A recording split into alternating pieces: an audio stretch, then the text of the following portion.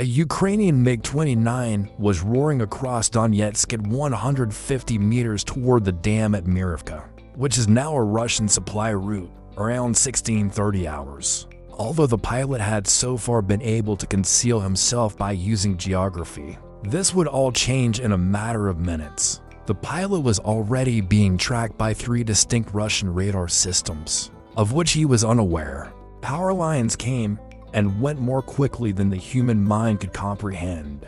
The pilot was relying on muscle memory and instinct to fly, making adjustments with his hands before his brain even realized they were necessary. It wasn't flying. The least of his worries at the time was not blending in with the Ukrainian landscape, yet it was dropping with flair and control. Threats were being painted on the circular display of the MiG's SPO-15 radar warning receiver, which resembled an irate compass. Each strobe displayed direction, but not distance. The pilot counted the pulse repetition frequency like Mississippi's between lightning and thunder, knowing that someone was shouting at you, but not knowing if they were in your face or in the next room. He was getting sluggish, leisurely sweeps from the S400 to the northeast. Still looking, 3 Mississippi meant around 60 kilometers. To Mississippi represented 40 kilometers, which piqued my curiosity. 1 Mississippi was most likely already in the air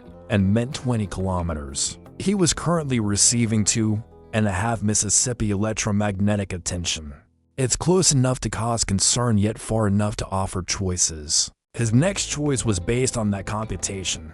For 8 more minutes, remain low. The pilot's hammer bomb on his center line was running diagnostics every 5 seconds while he was mentally processing this. 12 satellites are tracked by a strong GPS signal, reliable ends alignment with rocket motor arms.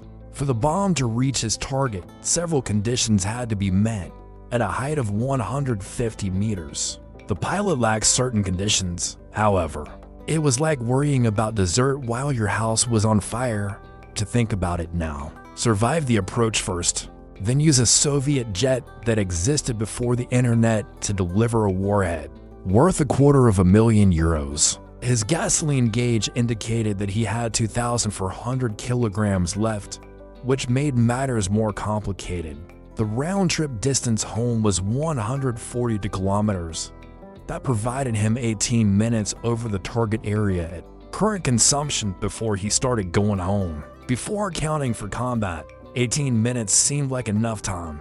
Every ascent, every afterburner pulse, and every evasive move would reduce the margin at low altitudes. The RT-33 engines consumed gasoline more quickly than a student at a college party.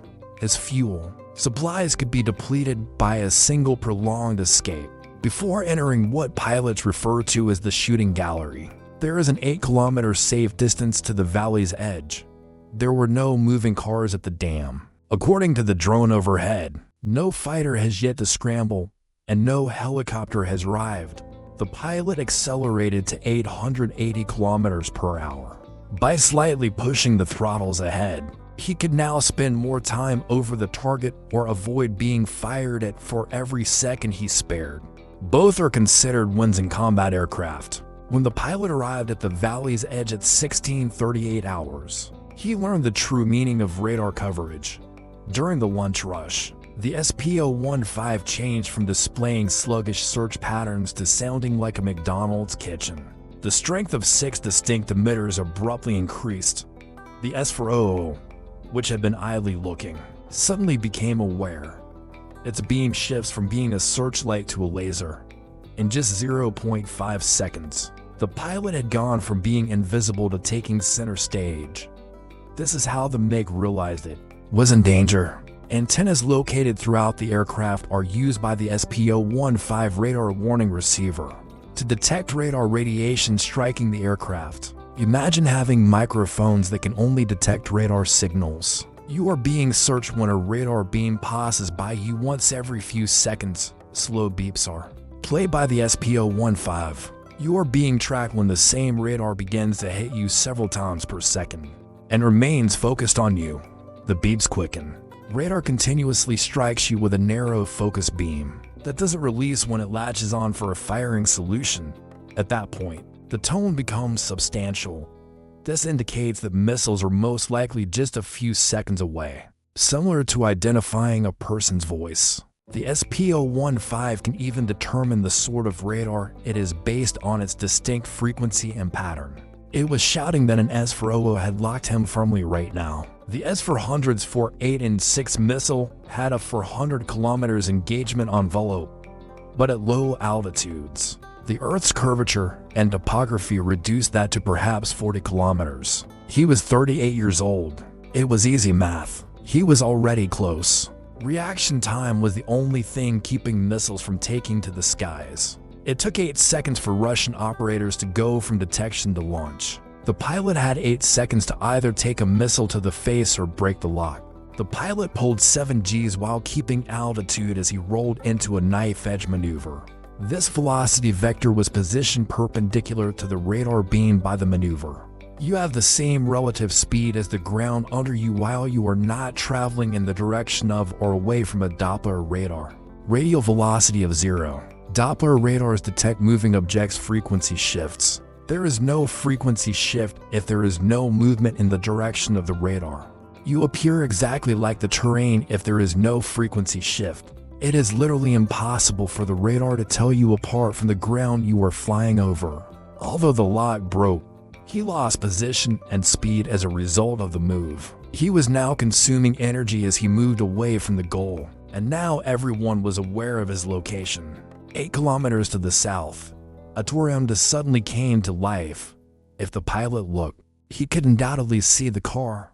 The S-400 and the Tor were not the same. Rather than using active radar homing, it employed command guidance. The missile lacked a seeker of its own. Rather, the missile and the target were followed by the ground radar, which sent course corrections via data connection every 0.1 seconds. Because of this, jamming was practically impossible. A rocket that wasn't thinking for itself couldn't be confused.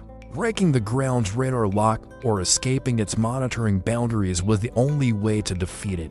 The pilot dropped from 150 to 50 meters into seconds as he rolled left and dove for the deck. The trees were near enough to count the leaves as they sped past the canopy. His left hand found the countermeasures panel as he dived. He gave the chaff dispenser to punches. Behind the plane, 120 bundles of glass fibers wrapped in aluminum exploded. To reach the tombstone radar, each fiber was trimmed to precisely 0.5 centimeters, which is half the wavelength of the S-400's X-band radar. It appeared as though the MiG had abruptly burst into a football field-sized cloud. However, the excursion required different length chaff because it ran in K-band at 35 GHz. Fibers trimmed to 4.3 millimeters were released when the pilot struck the second dispenser. With coverage across several radar bands, he was able to conceal himself inside what pilots refer to as a chaff corridor, a tunnel of false returns. When the Tor's radar attempted to locate him, it kept missing him in ground returns. As far as radar was concerned, he could have been driving a very fast car at just 50 meters. However, the pilot was not finished. The ECM pod switch was located by his left thumb. Using a technique known as range gate pull-off, the nearby SPS-141 jamming pod came to life, analyzing the Tor's radar frequency and producing false responses. This is how it operates. Think of the radar as a flashlight beam looking for an airplane. When it locates the aircraft, it narrows its focus to track it. On the radar screen, the jamming pod produces a bright electronic decoy that looks just like the actual aircraft. This fictitious signal is then gradually moved away from the actual aircraft by the jammer, similar to moving a bright light away from a dark item. The operator screen of the radar displays the targets that progressively move apart. The radar automatically follows the bogus signal, believing it to be tracking the actual plane, because it is brighter and stronger. In the meantime, the actual MiG disappears into the background as just another ground return. He would see what appears to be the aircraft gradually ascending and going away on the operator screen. In actuality, however, the MiG is moving in an entirely other direction while still skimming the ground. The actual MiG vanished in the terrain clutter, and the tour operator was now pursuing an imaginary ghost. However, flying at 50 meters required using borrowed time. He would blend in with the surroundings with just one power line, one unexpected hill, and one moment of carelessness. In order to avoid what the accident report would refer to as controlled flight into terrain, the pilot had to climb quickly. The phrase "flew into the ground while fully conscious" refers to bureaucracy. 8 kilometers ahead was the release spot. Whatever he planned to do, it had to be done right away. The pilot made a decision that could have saved his life in combat, but would have failed him in flight school. He would wreak havoc rather than preserve tactical advantage. Nobody could cooperate if everyone was firing at him. It's like starting a bar fight in aviation. Dangerous and messy, but occasionally the complexity served as his own defense. He reached for the countermeasures panel with his left hand, prepared to discard everything he owned. His right hand held the stick, ready for what pilots referred to as trying not to die and instructors referred to as gross maneuvering. The minimum release point is now 4 kilometers away. Whether this expedition turned out to be a success story or a cautionary tale would depend on what happened in the next 60 seconds. If nothing goes wrong, the gasoline gauge indicates 2,150 kilograms, which is still enough time to drive home. However, something always goes wrong in warfare. The only questions were whether you could withstand it and how bad it was. The pilot did something at 1640 hours that would drive every threat receiver in eastern Ukraine insane. He straightened up after lighting the afterburners. Orange flames stretched 6 meters behind the airplane as the twin-rode 33 engines roared to maximum force. He changed from being invisible to making his position known like a burning lighthouse. Every radar operator within 80 kilometers received an early Christmas gift. The operator's eyes became wide inside the S-400 command vehicle when the target changed from barely perceptible ground clutter to a bright climbing contact. His fingers darted over the console, aimed for an elevation of 1,000 meters. Climbing speed, 330 meters per second. 5,000 meters is the estimated altitude in 10 seconds. The target's trajectory continued to change despite the fire control computer starting to calculate an intercept solution. A new calculation was needed every second. The operator started the launch sequence after choosing to missiles. The battery commander gave his approval. Missile doors are opening. Uploading target data to missiles. Start in 5, 4, 3. The ascent was crazy. Pull for Gs continuously from 50 meters to 5,000 meters in 18 seconds. The pilot's weight increased fourfold. His arms had a lead-like feel to them. He appeared to have someone standing on his head. His abdomen and legs were squeezed like a serpent as his gut swelled. However, graying out was starting at 4G sustained. Tunnel vision was replacing peripheral vision.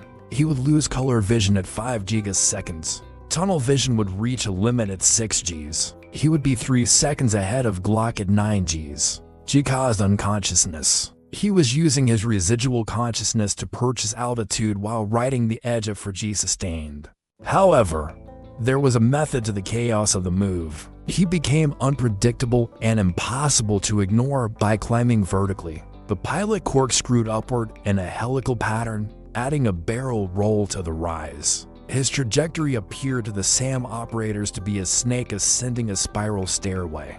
The barrel movement resulted in constantly shifting angles, but the fire control computers were built to forecast ballistic courses, where anything traveling at X speed at Y angle would be in Z seconds. The anticipated intercept point never remained motionless long enough for a clean firing solution. Instead, it traveled in circles. Because his altitude fluctuated by 400 meters per second, SAM operators had to continuously improve their firing options. At the same time, locks were obtained by 3 distinct fire control radars. A Buck M3 to the east, the S-400 to the northeast, and that steadfast Torremta to the south. Individual threats were no longer displayed by the RWR. It simply let forth a frenzied Karen-like scream. A reaction. The pilot rolled over near the top of his ascent and pulled through, producing a trajectory that resembled a loop drawn by a toddler. Since no rational pilot would do that, no computer could have foreseen it. The pilot finally had what he wanted at 5,000 meters, inverted, nose pointed toward the ground. From here, the hammer may hit the target. In addition to being centered in 3 distinct engagement envelopes with missiles that were most likely already in the air. The armament system displayed green throughout. The SPO-15 was unable to distinguish between launch and tracking. It just screamed that if things didn't change immediately, he would have to retire early. It's time to abort or release. There is no intermediate ground. For precisely 2 seconds, the pilot steadied the airplane while rolling upright. The hammer's initialization sequence operated at electronic speed during those 2 seconds. The GPS receiver first checked the position from 12 satellites, checking each signal to make sure none of them were fake. Second, the INS created dual redundant navigation by aligning its accelerometers with GPS data. Third, the rocket motor checked the igniter's continuity. Fourth, the infrared seeker used pressurized nitrogen to cool to -40 during a calibration cycle. Fifth, the flight control computer computed the ideal trajectory after loading the target coordinates. Sixth, a safe arm check revealed that the warhead was green and prepared for release. 2 seconds have passed. 2 S-400 missiles, meanwhile, exited their launchers and began to rise toward his position at a speed of 2,000 meters per second. The 48 NDM missiles accelerated at 30 gs and were 7.5 meters of bad news. Each had a 180 kilogram warhead that was not required to strike directly. A proximity fuse would explode 20 meters from the target, blasting 24,000 fragments into a deadly disc. 35 seconds is the time to intercept. He hit the pickle button as missiles approached and fell to 150 kilograms of French engineering separate from Soviet metal. The MiG sprang up as if a sack had been taken off. Abruptly lighter and incredibly nimble, the pilot twisted over and dragged toward the ground with all the force the aircraft could muster as soon as the weapon cleared. The edge of structural limits is 9.5 Gs. A sound that wasn't quite a crack but wasn't quite nothing was produced by something in the left wing path. He disregarded it. The plane was twisting but not shattering. Bending was also preferable to blowing apart. He accelerated faster than sound throughout the descent, going from 5,000 meters to 500 meters in 8 seconds. To put it mildly, the simulated changeover was severe. The airplane was being shaken by the wind as shock waves were created and broke around the wings. Mach 1.1 and higher are displayed on airspeed indicators. Despite their best efforts, the S-400 missiles were unable to keep up with the shift in trajectory. They had been directed at where he would be if he flew level or kept climbing. A supersonic plunge toward Earth was not anticipated by anyone. The MiG vanished below their minimum tracking angle. Therefore, the missile seeker's attempts to track were unsuccessful. Before self-destructing at 8,000 meters, the missiles continued to travel ballistically in quest of a target that had vanished. As soon as the hammer parted, its rocket motor fired, propelling the bomb upward while the plane descended. The winning items are now traveling at maximum speed in opposing directions. To prepare for its terminal plunge, the bomb ascended more than 8,000 meters while sacrificing speed for altitude. At a height of 100 meters, the pilot leveled off and used the terrain to conceal his escape by threading between hills. Fuel was turning against him, but the missile threat was behind him. In under 12 seconds, the afterburner climb had sucked down for 100 kilograms. Now, home was a single answer math problem: walk or fly flawlessly. The Buck M3 launched at the hammer behind him, thinking it was an airplane. The missile would waste $1 million interceptor on a target that was already committed to its trajectory by pursuing a bomb that was unable to escape. It's similar to firing a bullet that has already been fired. Gratifying yet useless. The dam was less than a minute away from learning why military logistics and infrastructure shouldn't coexist. The hammer reached its greatest position at 8,200 meters in less than 30 seconds, before tipping into its fatal plunge. The infrared seeker turned on and began using thermal wavelengths to skim the ground below. In contrast to the chilly blue water, the dam was visible as a brilliant white line. The water stayed at 15 C, but the concrete was heated to 35 Celsius by 8 hours of sunlight. There was a 20 difference that appeared to have been painted with thermal paint. The shape was examined by the seeker's computer and compared to preloaded templates. The linear structure was verified. The temperature gradient was shown to be consistent with concrete. GPS position verified within 10 meters of the objective. Now convinced that it had the correct target, the bomb made a 2.1 degree correction. The bomb reached speeds of 300, 320, and 340 meters per second. The control fins made millimeter scale adjustments at this speed. The impact point shifts by meters with every minor movement. While the ends recorded each acceleration, the GPS verified the position. A single result is agreed upon by the separate systems. Impact at precisely the same coordinates in 10 seconds. The Ukrainian drone operator, 8 kilometers distant, observed the hammer entering its terminal phase via his camera. He kept his finger on the record button. Within an hour, this video would be available on Telegram, unaware that it just had 7 seconds left as infrastructure. The dam below appeared serene. 6 seconds, 5. The operator focused on the anticipated collision point by zooming in. 3-1. With the same kinetic energy as a Nissan Altima, the hammer struck a wall at 2,000 miles per hour at 340 meters per second. In less than a millisecond, the 89 kilograms of explosive was detonated by the smart fuse once it recognized concrete. Concrete turned into powder more quickly than it could break due to the detonation's 300,000 psi pressure wave. The other side of the dam exploded outward before the impact side had finished crumbling due to the shock wave's 5,000 meters per second propagation. As erosion weakened the remaining structure, the break grew to 60 meters in the first minute. In less time than a commercial break, the crossing point that had facilitated battalion-level logistics for 3 months vanished. Russian supply lines just received a 47-kilometer extension that they had not planned for. If you enjoyed this video, then subscribe to my channel, WW to Revealed, for more incredible stories and obscure historical events.